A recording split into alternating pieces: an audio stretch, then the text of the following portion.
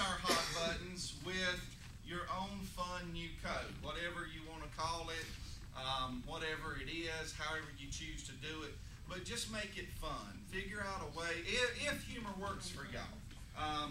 For Paula and I, humor is a big deal, and for me, dark humor is a serious big deal. The darker, the more twisted, the better. But replace your hot buttons with a fun new code. And then I encouraged you to pray and play together, reminding you that many of you requested in your prayer request to commit more time, more alone time with each other, more relationship attention. So, spending time together is a critical thing. Now, here's what I left off last week. I remembered it, briefly mentioned it, but I want to pick up on it this morning, and I want to let this serve as our introduction. Remember this. If you are fighting with each other, you're fighting not your husband or wife. You're fighting the devil. We have to take spiritual warfare seriously. And we have to take spiritual warfare in our homes seriously. And basically, to make spiritual warfare real basic and real simple, Jesus identified the devil as an enemy of our soul. Now, that's critical. Because if Satan is an enemy of our soul, that means he is an eternal enemy, and he is his ultimate goal is eternal. He's not just wanting to break me and Paula up so that me and Kelly can be together. You never thought of that, did you, Kelly? That's not the devil's agenda. It'd be funny, though. You know, Satan doesn't have a better choice for you picked out. He's wanting you to war with one another so he can destroy this part of your life, and under that deception that, well, you know, we just grew apart. We love each other, but we're not in love with each other. You know, all that gobbledygook that you hear in relationship failures. He's wanting you to fail perpetually. And the proof of that is people who have, and please, if you're in the room and you've been divorced and remarried more than once, I'm not picking on you, but I always use this illustration. If a man or a woman has been married 5 times, married and remarried, divorced and remarried 5 times, they're on their 5th one, and they're always pointing at the other mate for the problem. Well, it was wife number 1's fault. It was wife number 2's fault. It was number 3's fault. It was number 4's fault. At some point, you got to realize that you're the only common denominator in all the relationships. Satan doesn't have a better choice picked out for you. He's not trying to lead you to something or someone better. Satan is trying to destroy you eternally. Jesus identified him as the enemy of the soul. He wages eternal warfare, and he launches his attacks against our homes from top to bottom. It's not just in relationship with mom and dad. It's in interactions with our kids. I mean, it's across the board. Satan, his warfare, he operates with no rules, and everything is fair game for him, and he will attack you wherever. So, here's a funny for you. Here's a funny switch for you. Joe and Caroline, you just really going at it. Just going at it. And I wish I had an example. I wish I knew how y'all went at it so I could teach y'all a little bit better. But just going at it. It's okay for one of you to say, you don't realize it, but you're being used by the devil right now. You know that? You know that? Is that cool with you? You want to be used by the devil? See, there you go. It's just a little old game changer. It's just, but it can recalibrate, reset, and it challenges us to rethink, because our relationships, especially if we're on a crazy cycle, what we're doing is we're rehashing and doing stuff habitually. And we need to get off that cycle, and we need to start doing what you got to do. My husband's tried that before. I'm just letting you know. I guess I was in the crazy cycle. And he's like, you know that this is the devil, da, da, da, da. And I guess I took it wrong. Yes. He's saying I'm possessed. So it kind of can backfire on the guy. So I guess it depends on how you say it. Well, I think I don't care before I said the crazy side. what you missed before I come in is if humor works for you. Listen, humor may not work. He was even more crazy. My head did start spinning, but that's another thing. Humor may not work for everybody. Okay, now let me ask this question, because sometimes, let me just say this. In my years of ministry, I've had the opportunity to talk with a number of couples. They've come to my office and they've expressed their need for help. And so I always start with these two things. Number one, you're in my office and not a lawyer's office. So there's hope. Number two, are you fully aware, both of you as a couple, are you aware that this is a matter of spiritual warfare? And for most couples, that's just something that they really haven't considered that much. So, with that in mind, are there any questions? We can take an opportunity to see if there are any questions regarding spiritual warfare. Any questions? Okay.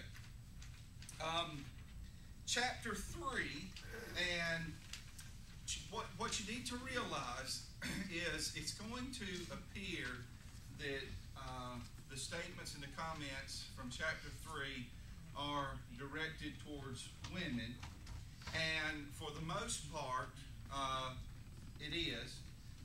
There is some information and some caution for men, but chapters 3 and 4 are leaning towards emphasis for you ladies, the ladies in the relationship. Now, don't think that this is a one-sided book, because he will get to the guys. So I'm just giving you a tip-off on that. Now, by way of introduction, what I want to do is read a portion from chapter 3. And the opening sentence of chapter 3 says this: learning to decipher your spouse's code isn't always done in a day, a month, or even a year. And I wanted to emphasize that part this morning because I mentioned last week the pace of the chapters and how it seems to be slow. And I had conversations with several of you that affirmed, my perception. It wasn't until I read this opening statement and thought about things that Paula and I have experienced in our own relationship that I developed a greater appreciation for the pace. And so what I want to say to y'all this morning is, let's not rush this thing. Let's be patient with the pace, because the pace, if we are having difficulties that we need to correct in our relationship, those difficulties didn't arise this weekend, and they're not going to be solved this morning. So let's then slow down and understand. And I thought there was, I'm just going to tell you, on page 41 and 42, Paula and I could have written this. It really reads like we wrote it. And it resonated with me, and I wanted to share this because this helps us understand the importance of being patient and working through this. This is a letter. This is a letter that was given to the author after going through the Love and Respect seminar or counseling session. Thanks for all your suggestions and support, but I remain perplexed at the chasm that exists between my perception and reality. When I began this endeavor, I had hope, but low expectations. Now, let's stop right there. I had hope, but low expectations. Now, I don't want anybody to cut their eyes at their husband or wife right now. I don't want anybody to raise their hands. But I just want to say to you, if you thought, you know what, this is a great idea and this is coming along at the right time, meaning to love, not because your mate is a bad person. It's not because your spouse does not have goodwill.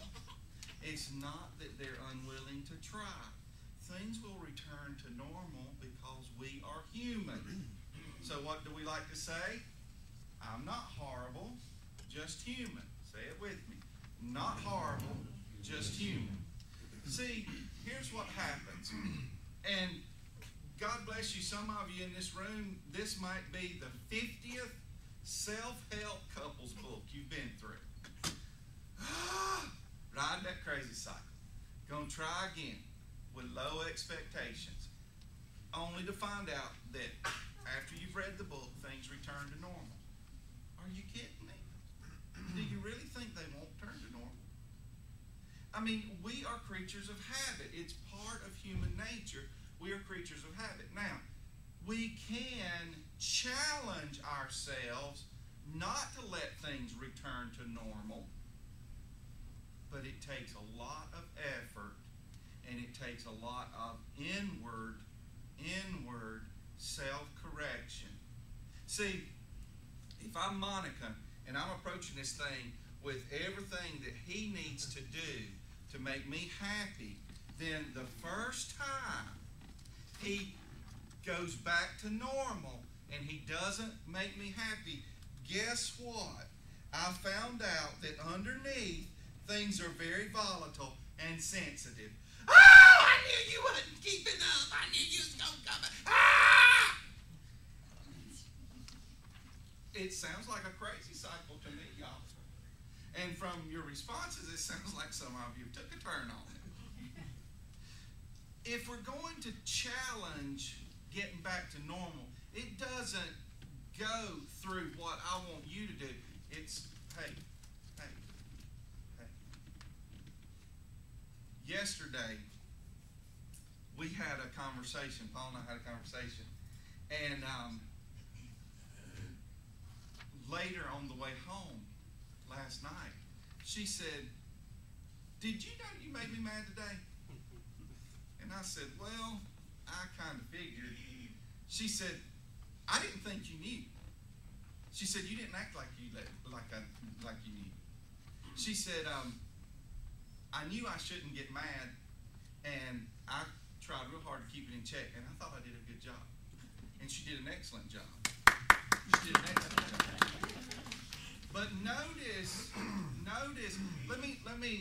Let me break this down for you. Let me give you a for instance so that you can put a picture on it.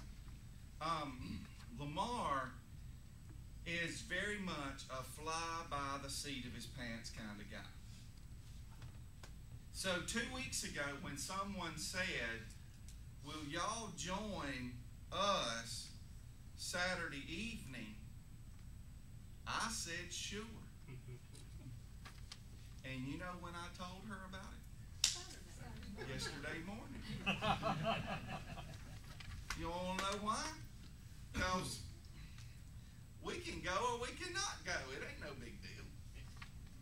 Now, I acted normal. I acted just like I always do. She had every right. "Ah, you always do that! You never do that!" And we would have been back on the crazy cycle. But, do you see my point? Instead of focusing on me in that moment, she focused on herself, and we had no explosion. Now, in the meantime, I learned, you know what? I really need to stop doing this. I really do. I really do need to stop flying by the seat of my pants. And when somebody says, you know, and because we've had these conversations, don't commit us to anything until you ask first. Okay, I goofed up, but you know what? She didn't beat me up for it. So that's, see what I'm saying? I'm just saying, we all will return to normal. And if we allow our normal, there are sensitivities and volatilities that are underneath the surface, just waiting to burst open. When things started to go bad last week, it happened extremely fast, and I was surprised to hear how all the same issues remain at the same raw and grim level. Listen, if y'all don't have this book, I will gladly photocopy you this section, because I think we need to frame it. I think we need to frame it, put it on our bathroom mirror, put it on our refrigerator, put it in our rearview mirror in the car. I mean, is it speaking to anybody other than me? I mean, this is...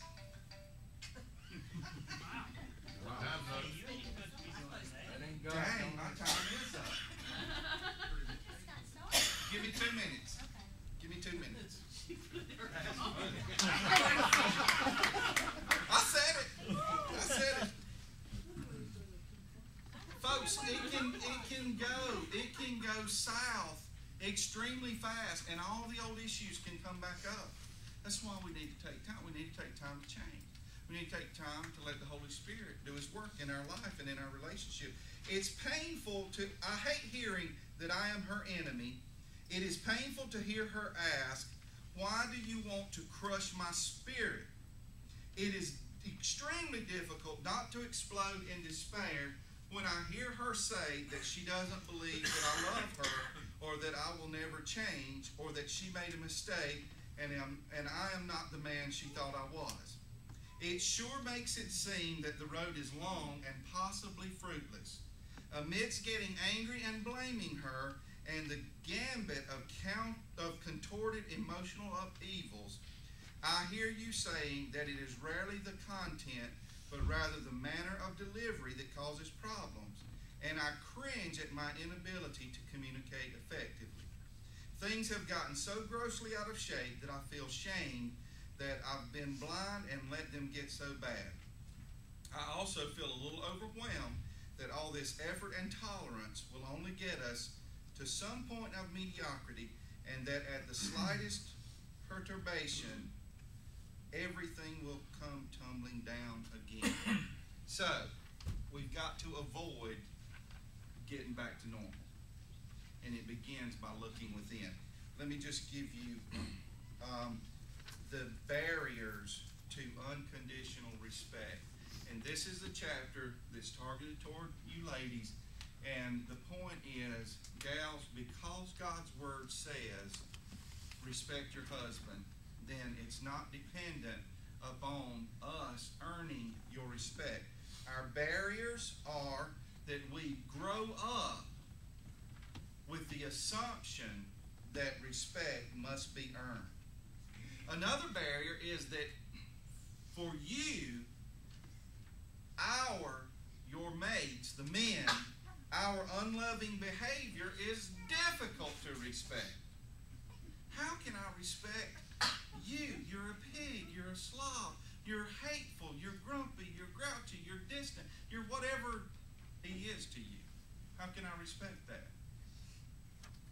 The emphasis on love. Look at what I did with the emphasis on love overshadows respect. From the video, you go to Hallmark, you don't find any cards about respect. It's all about love. The song was not all you need is respect, it's all you need is love. Our society conditions us to think love, love, love, love, love.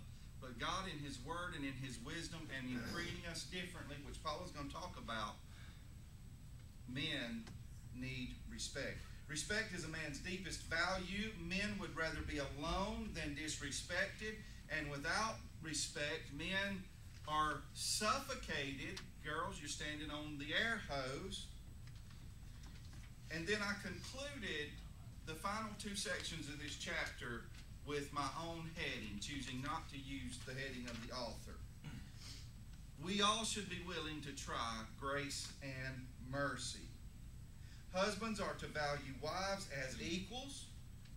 Husbands, do not say, "I told you so," in relation to today's lesson. And ladies, unconditional respect is not a red flag. We don't, how many times have I heard this as a pastor? I'm not going to do that. I'm not going to do that submit thing.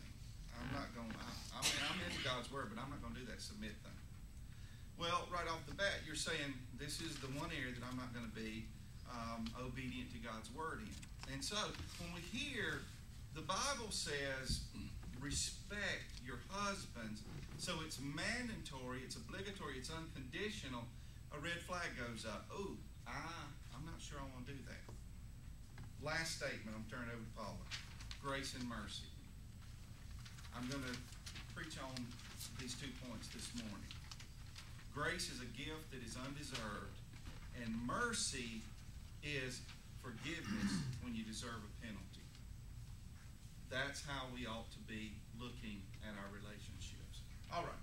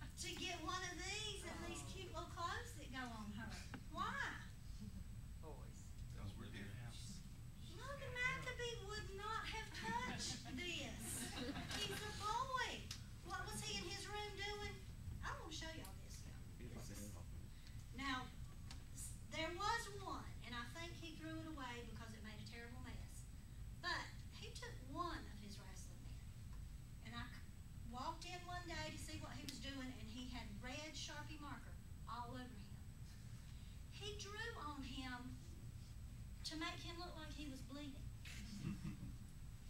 Is it safe to say Becca Vaughn never made one of her Barbie dolls bleed? Absolutely.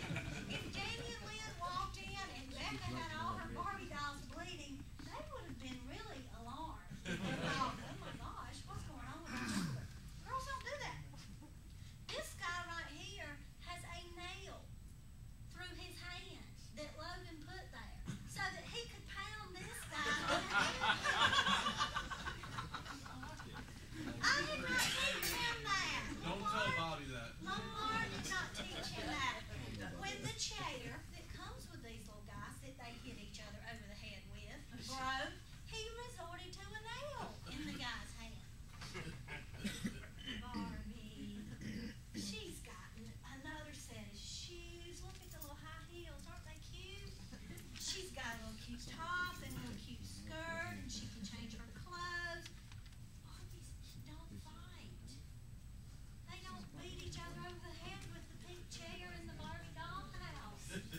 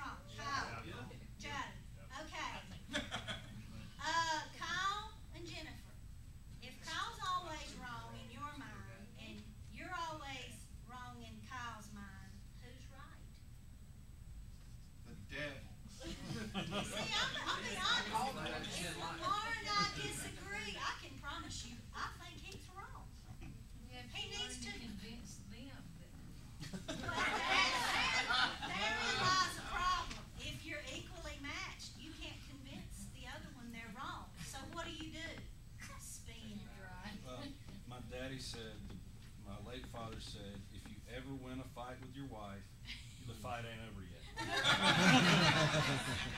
You just gained ground, but she's building. That's true, that's true. And you can be right and wrong at the same time. Boys are different than girls, men are different than women. We play different, we relate different. Men are achievement oriented, we're more relationship oriented. And I'm gonna read you a couple of things the author has in the book that he and his wife about communication and the way we talk to each other. He has a friend, the author has a friend whose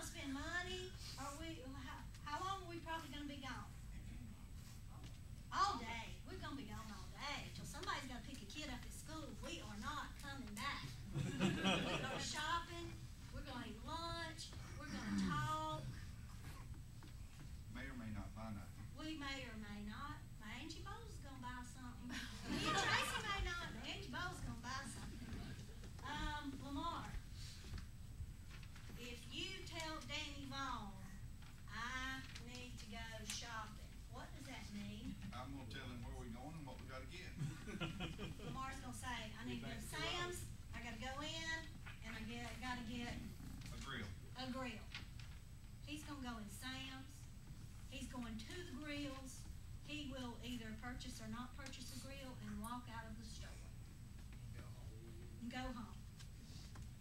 Trust me, if Angie Bowles and I walk through the doors of Hobby Lobby, we start on one side, we go around every aisle, up and back, we look at everything on every aisle. We're in there for a couple hours. Sonia, is that the way you shop at Hobby Lobby? Abby hates to go to Hobby Lobby. I like playing. Okay, this is a funny one. I need some really good sports here. Who's a man and a woman that's a really good sport? Nobody's gonna raise their hand. Come on, y'all. Robert and Marie. Tired. Are you just reporting the facts, or are you rejecting Marie? Wait, let me see. I might want to start with Robert. What do I want to start with?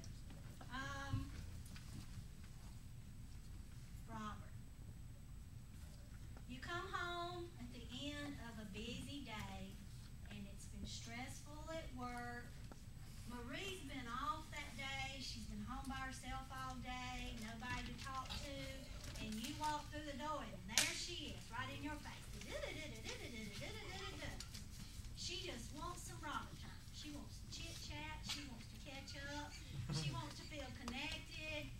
And you say, and she says, let's go for a walk. Let's go for a walk, and let's hold hands, and I really need to spend some time with you. And you say, you know, Marie, it's a long, hard day. I'm really tired. Guys, is he tired?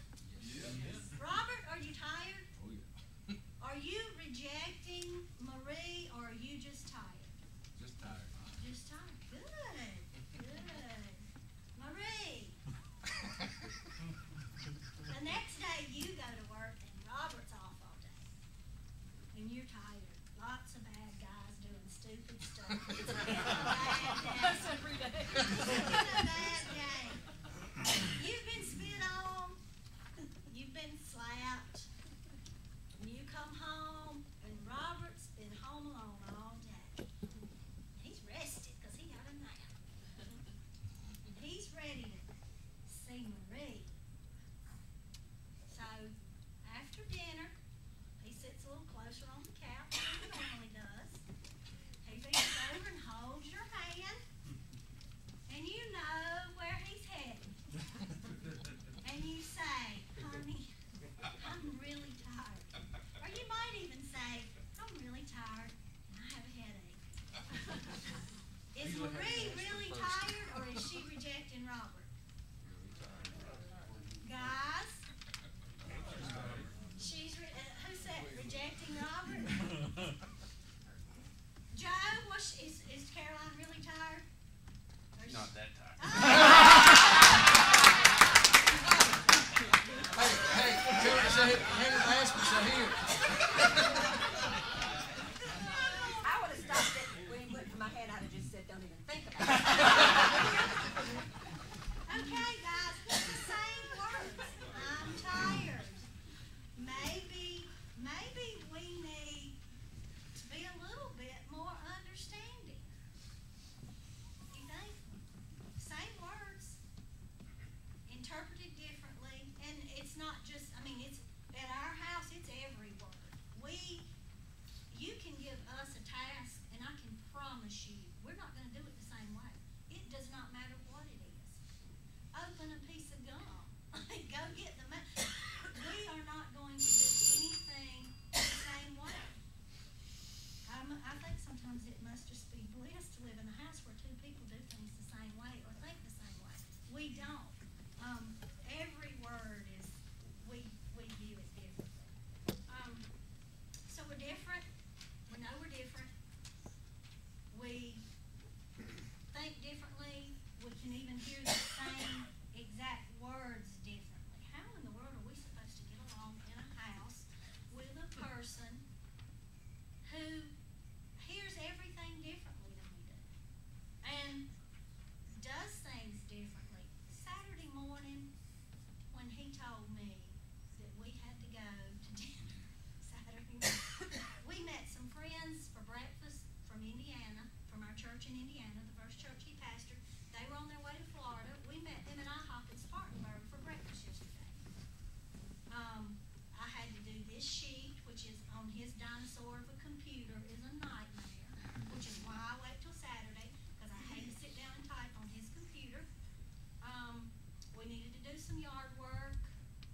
needed to go to we needed to go to Sam's to get candy for the kids to get today to sell to make money for camp. I had a whole day full of stuff I needed to do, and dinner with Phil Pickett's Sunday school class last night was nowhere on my radar. And when he told me that, the thought that went through my mind is, well, you have just ruined my whole dang day. That was my thought. Now, I knew that I would have a great time with Phil Pickett's Sunday school class, because Phil Pickett has a great Sunday school class. And we did. We went, we had a ball, Phyllis hit Easter eggs. There was a yard full of grown-ups, all older than us, hunting Easter eggs at Phyllis and Ron Fulmer's house last night. We had a good time. Great food. I knew when he said it would be a good time. But I had my whole day planned, and I didn't have time for that. And I had to mark a couple things off so that we could come back home, get ready, and go. He does it all the time. 22 years worth of. There have been Sunday afternoons when he said at church, oh, by the way, did I tell you we have to do this afternoon after church? And normally I tell him, you're so inconsiderate, you don't think about anybody but yourself, and we spin a little, I'm tired of spinning. I'm dizzy. So, I tried something different yesterday. Kept my mouth shut, thought to myself, you ruined my whole day. Why can't you just tell me when they ask? Then I can be prepared, It wasn't life or death. We went to dinner. We had a good time. We didn't have to argue about that. I didn't have to make him feel bad, because I really don't want him making me feel bad when I mess up. I just want to let it slide. Don't say nothing about it. Just say, okay, honey. So, I'm learning to say, okay, honey, let it slide sometimes. Just a few words can make all the difference. A humble I'm sorry can keep the crazy cycle from spinning. Men, look at your wives and say, I'm sorry. I'm sorry. Did any of you die? Did that kill any of you? Did it hurt? So, let me give you guys a secret to the female mind. Sometimes all that fussing you endure, all it would take is an I'm sorry. I'm sorry. Then we were over it. Okay, that's all I needed. Thank you. That's admitting we're wrong. And that will kill you? It takes Got a away little something. inside, yeah. Okay, if you're not wrong, then she has to be wrong. So you want to kill her a little inside? No, we're both wrong. The term is, I'm sorry, you're upset over nothing. No. That'll get you hit in some houses. That don't work at my house. Let's read this bottom line. Here's the verse, warning to married couples. If you keep on biting and devouring each other, watch out or you will be destroyed by each other. Galatians 5:15. Kelly said, that's pretty serious. It is pretty serious. Why do 50% of all marriages end in divorce? Because 50% of all couples are biting, devouring, and destroying each other. Why else would you get divorced? If you are being loving and kind to each other, why do you get a divorce? You don't. So at least half of us in this room are biting, devouring, and destroying each other. Stop. We're on the same team. He's on my team. If you want to be mean to somebody else. If you just gotta be mean, don't Mean to the be. children.